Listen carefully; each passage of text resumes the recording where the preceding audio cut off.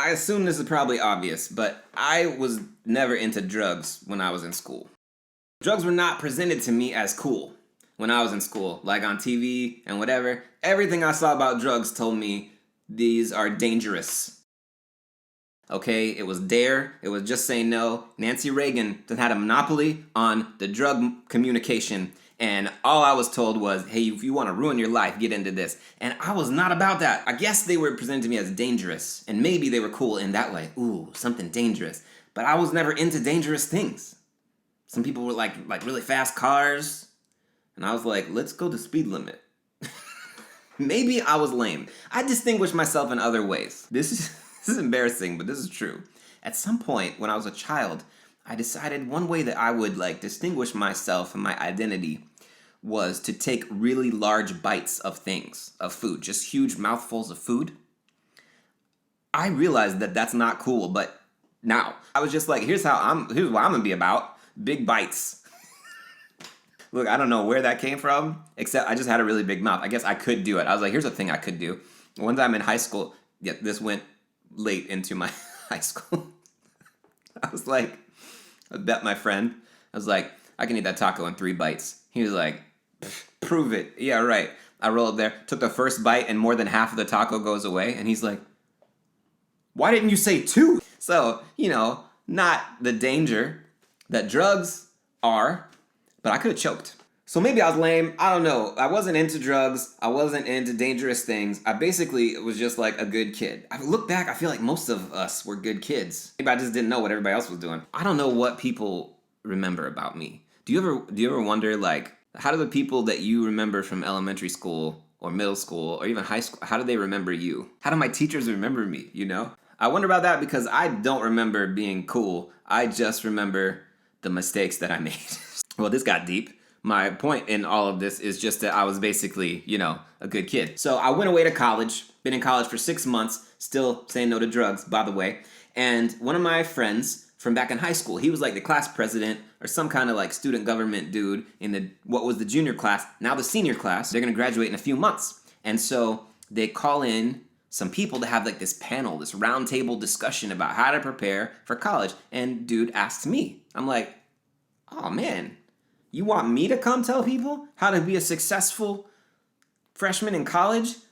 Of course I can do that. I don't know why they asked me other than maybe just I knew this guy and I was probably available. But at the time I felt special. I'm like, I've been in college 6 months. I've already booked a speaking engagement. It's all up from here. Okay, so it's on the calendar. I go back. There's going to be this panel at my high school to tell these students, and there's teachers there and other people there, how to prepare, how to transition and get into college and be good at it. I don't know why they thought that I would be good for this. I go back to my hometown. The problem was I got a really bad cold. Okay, and I could move around and stuff, but it was all up in my head. It was thick up in here, like that Marlon Brando throat. It closes like this, so you can't really talk. Okay, it was that, and up in my nose, and I had a fever. I felt like my face was puffy, and I was like, man, I gotta go and tell these kids how to make it. I can't cancel my speaking engagement. So somebody recommended to me I take some cough syrup. Okay, they're like, if you just take a little bit of it, it won't knock you out. It was NyQuil. Now, I don't even know if Dayquil had been invented yet, okay? But it might have been, it was in the Quill family. It was the Quill, and she said, look, just take this. It'll knock out your symptoms. It'll be fine, and don't worry, it doesn't make me drowsy. I'm like, all right. So I took that Quill. What I'm saying is I got on drugs right before it was time to go up there. So totally fine. Felt like my symptoms were clearing up. I get up there, and as soon as I sit down, as soon as I'm at that panel, it hits, okay? And I am not myself.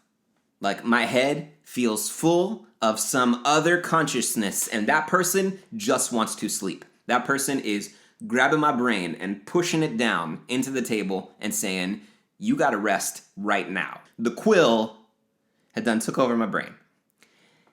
I'm on the panel, and I can't imagine what I looked like. But I mean, I was leaning on a thing. I'm trying to stay up. I couldn't speak coherently, okay?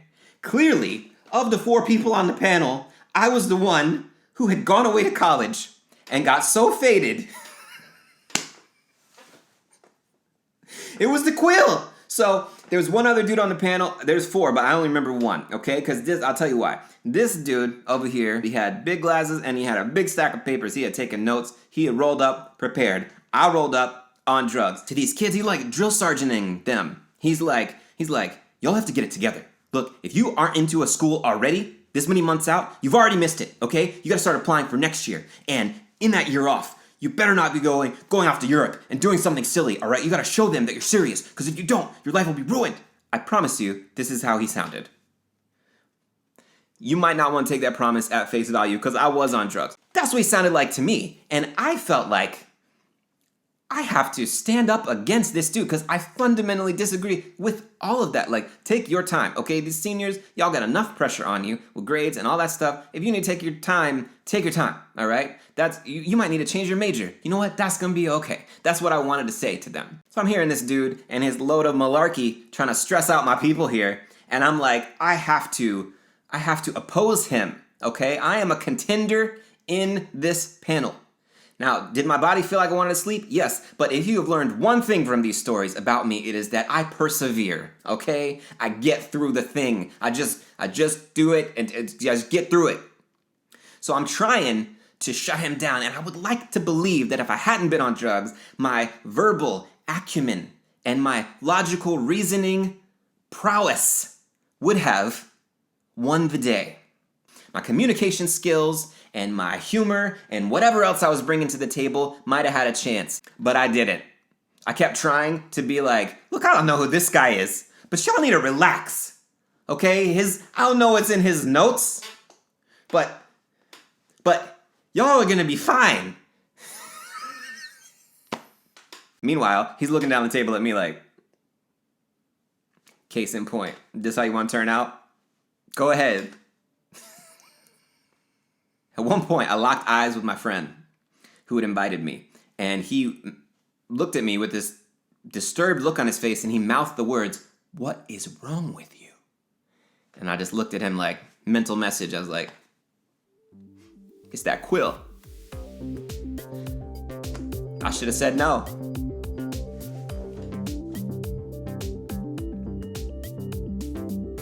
They were right. There's a whole classroom of people who are way more stressed out than they need to be right now because I wasn't there for them. It was on that quill.